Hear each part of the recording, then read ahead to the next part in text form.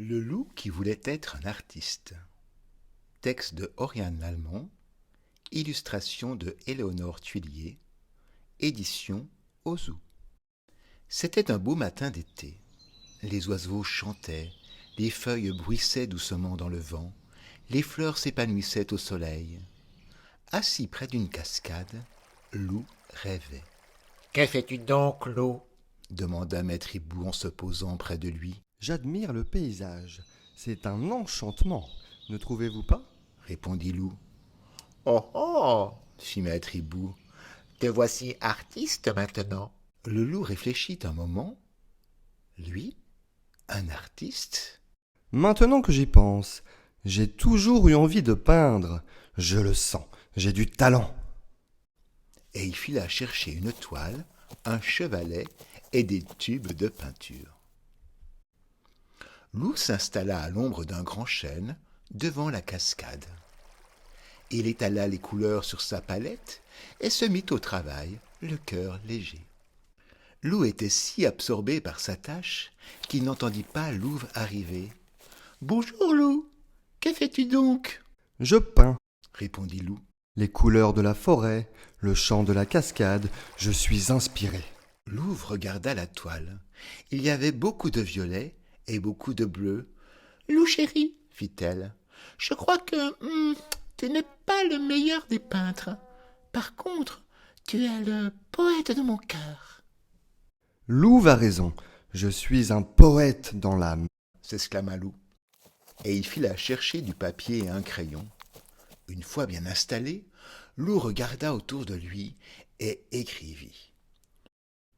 Ce matin d'été est enchanteur, il fait battre mon cœur de bonheur. Il réfléchit encore, mais plus rien ne lui vint à l'esprit. « Salut, Loup !» fit une voix près de lui. « Que fais-tu donc ? On dirait une statue. » Loup sursauta. « Mais oui, bien sûr, sculpteur, c'est là que je serai le meilleur.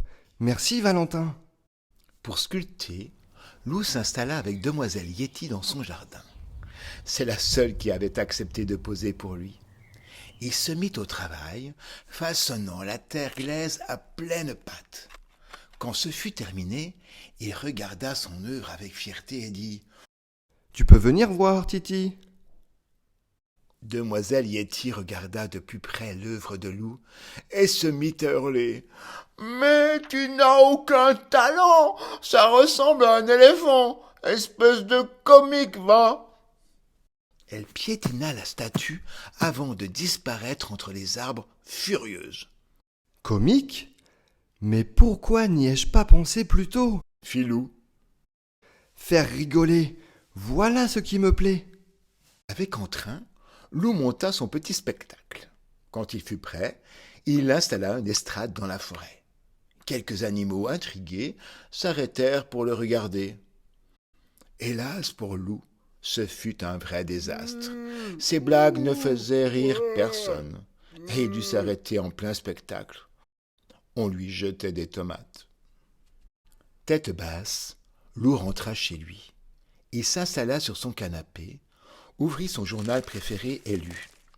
Recherche comédien pour jouer le rôle du grand méchant loup.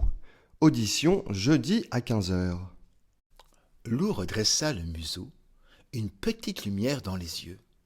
Vedette de cinéma. Il s'y voyait déjà.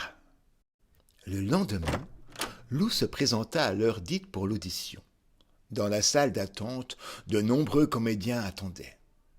Loup regarda autour de lui et il eut la peur de sa vie. « Ah !» hurla-t-il terrorisé. « Que ces loups ont l'air méchants !» Entendant ce cri extraordinaire, le metteur en scène ouvrit sa porte et examina Loup. « Certes, vous n'avez rien d'effrayant, mais quelle voix, mon ami, mais quelle voix ! Vous devriez être chanteur, vous feriez fureur. » Merci, fit Loup. C'est vrai que j'ai toujours aimé chanter. Tout excité, il rentra chez lui et annonça à ses amis. Je vais devenir rockstar. Qui veut faire partie de mon groupe ? Moi, cria Gros-Lui, et je prends la batterie. Au saxo, je ferai le show, fit Alfred.